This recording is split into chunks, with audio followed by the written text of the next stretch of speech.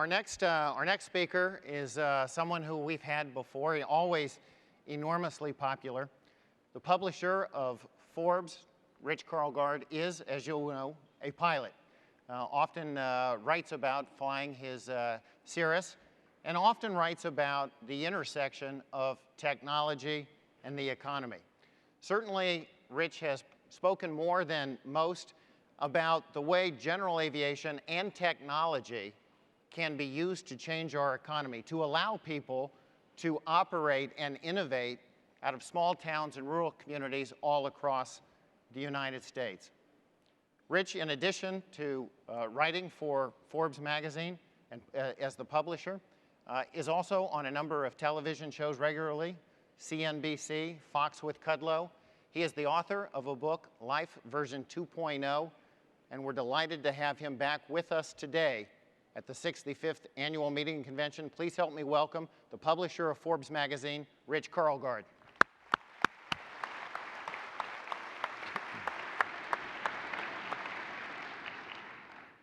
Thank you so much, Ed. It's so great to be back here in the indomitable spirit of people in this industry, a spirit that has kept the flame despite really not a lot of help from the economy over the past 4 years. And I can't help but thinking as I look out into the audience, just the front row alone, and I see John and Martha King, whose videos encouraged me to be a pilot and got me past my private pilot, my instrument rating. Then I see Russ Meyer and Arnold Palmer. And it reminds me of one day about 12 years ago when I was at the Monterey airport, fresh off of my learning from the King videos, and I was in my 172S at the time.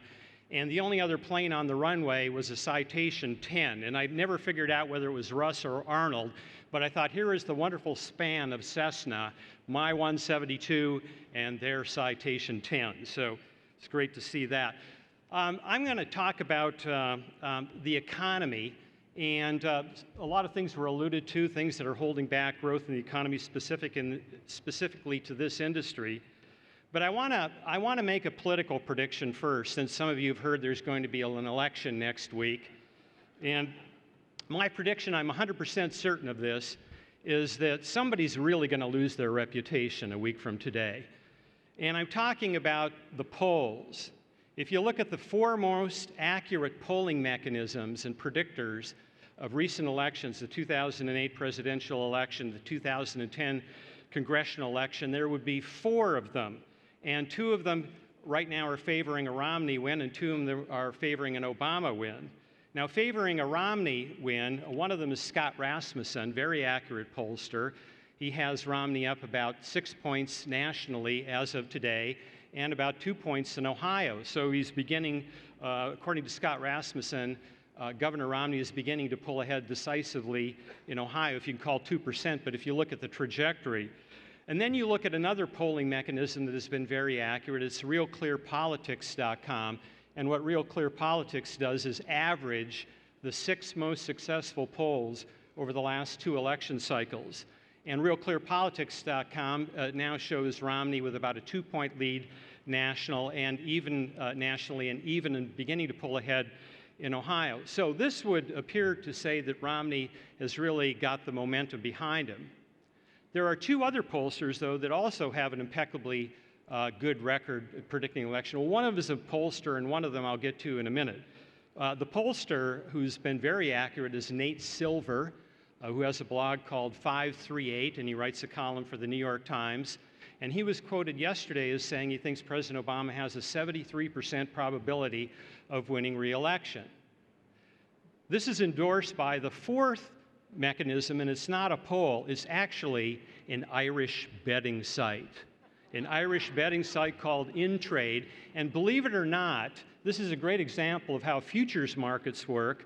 When people actually put their money up and bet on the outcome, it turns out to be collectively, the wisdom of the crowd thing kicks in, and it turns out to be fairly accurate. So as of this morning, 62 cents out of every dollar was still going into Obama's re-election prospects. So there you have it.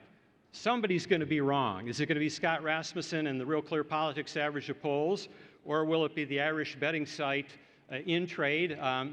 Regardless of how the election comes out, I'm sure there'll be a lot of drinking in Dublin over that one. Now to the economy. You know, the economy that we're going through kind of reminds me of what we've seen this week. Two perfect metaphors for the economy. One would be Hurricane Sandy, which the financial meltdown of 2008 and the struggling economy since is kind of our Sandy in the economy. And then Sunday's TFR over Orlando, which was called by one blogger the world's most expensive pizza delivery. Since the president didn't actually get off the plane, I understand. But anyway, there was the TFR, and you know, cast over all of Central Florida.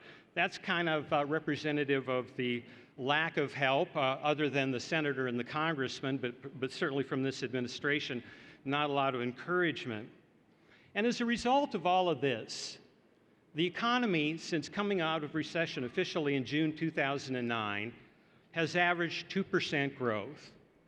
2% annual growth. Now, what does that mean? How does that average with other rates of growth? You know that in the United States, since the end of World War II through the present, we've averaged 3% growth, a little over, actually 3.1. But get this, we've had 11 recessions since that time. We had the Great Recession of 1973 and 1974, where stocks were cut in half and unemployment hit 11%. We had the resignations of the president and the vice president over that period of time, an awful time.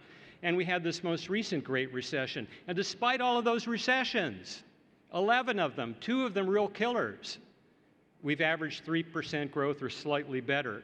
So we're growing at 2% now. If we're not in recession, and the numbers say we're not, we should be growing at 4. We're growing at half of where we should go right now. And here's the point that I would like to bring up. If you remember one thing about my little talk, it's that this industry in particular thrives when the needle is over 3%.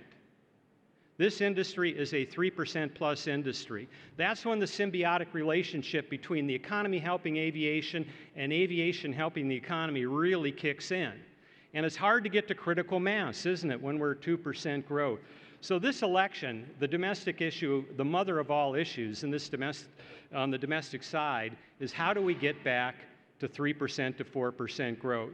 Because if we don't, if we struggle along at 2% growth, this industry is going to have severe headwinds. My industry and the media is going to have severe headwinds. A lot of people are going to have headwinds. It is absolutely a moral issue that we get back to 3 and 4% growth when we look at the unemployment in the land. So how do we do that? You know, some of the key issues were alluded to. We have to have a taxation system that is not only benign and reasonable, but predictable. It's all well and good, and I 100% support things like accelerated depreciation and all of those things. But we have to have a scheme where both the individual tax rates and the corporate tax rates are competitive on a global basis.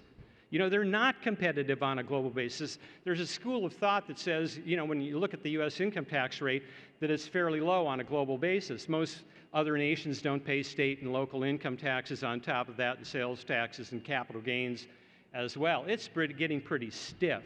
And our corporate tax is now an outlier in the world. You know, Great Britain is down way below where we are. Most countries are way below where we are. We've got to be able to solve this problem. And to the people in Washington who say we need more money because of the deficit, the government is now taking 25% of the GDP, the federal government. A study out of Hoover Institution, where I live, near the Stanford campus in Palo Alto, the economy thrives best. The U.S. economy is really geared for thriving when the federal budget is about 18 or 19% of the overall GDP. It should, under no circumstances, get over 20. And if you think that we are going to have deficit problems the way we are now, if we're going to paralyze the private economy, I think that's going to get worse. Regulation has been alluded to. I want you to think about this as an illustration of the effect of regulation on the U.S. economy. Over the last 20 years, what parts of the U.S. economy have really thrived, come hell or high water, come recession or growth? They've been what I call the algorithmic industries. In Silicon Valley, that would be software. On Wall Street, that would be trading algorithms. You know, if you actually don't make anything, this is a pretty good economy. And why is that? Because the EPA doesn't cross paths with you. You don't make money. You know, the whole idea in Silicon Valley, where I live, is not to make money until you go public. Then you're kind of forced to make money. But the whole idea before you go public is to not make money and put it all into growth. And then what happens? You get to monetize all your work at the capital gains tax rate. So is it any wonder that the algorithmic industries have boomed over the last 20 years, and the actual physical industries, making things, shipping things, transportation, aviation, have been paying a disproportionate penalty in this environment? Third one, and this is really a key one to watch. Carl Schramm, he used to be head of the Kaufman Foundation and is now is an academic, has pointed out that the difference between European-style growth, you know, Europe is kind of used to 2% growth. This year, they would take 2% growth. They would be happy to have 2% growth next year. But by and large, over the last 20 years, they've averaged 2% growth, and the U.S. has averaged over 3%. What is the difference in that 1% incremental difference, that delta between 2 and 3%? Schramm identified it as the number of companies, the number of startups that get to $1 billion a year in revenue within 20 years. They don't have to be Facebooks. They don't have to be Google. They just have to get grounded, and they have to make progress. And where is the biggest market for this industry? It's in those very kinds of companies getting started. We have to have the tax and regulatory policies that are going to get us back to 3% growth, really 4% growth, to make up for the lost time. So I support all the efforts that everybody is making, particularly the senator and the congressman. We've all got to come together, whether we wear a D or an R on our jersey, and really concentrate on the big issue, and that is to get back to 3 and 4% growth. Thank you.